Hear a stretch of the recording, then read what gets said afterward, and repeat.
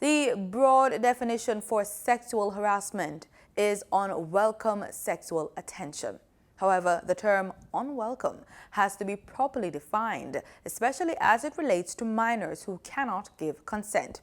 Legal counsel in the Education Ministry, Haiti Gordon, shared her concern on the matter at a recent parliamentary committee meeting on sexual harassment. Us coming from a child or youth perspective, we had some initial difficulty with this concept of unwelcomeness, where some of our constituents would be minors, and we wondered to what extent one could ever, a person who could not give consent to sex, how could they ever be said to welcome, conduct? And we debated this.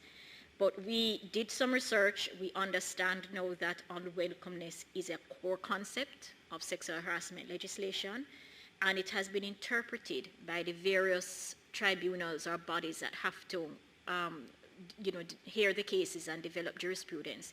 It has been interpreted appropriately to be treated with for children. Ms. Gordon says the ministry team considering the definition was guided by the precedent set by the Office of the Civil Rights in the United States. In their guidance on students, sexual harassment by students, by school employees, students, or third parties, it was said, and I quote, "If elementary students are involved, welcomeness will not be an issue. OCR, which is the Office for Civil Rights, will never view sexual conduct between an adult school employee and an elementary school student as consensual. In cases involving secondary students, there will be a strong presumption that sexual conduct between an adult school employee and a student is not consensual.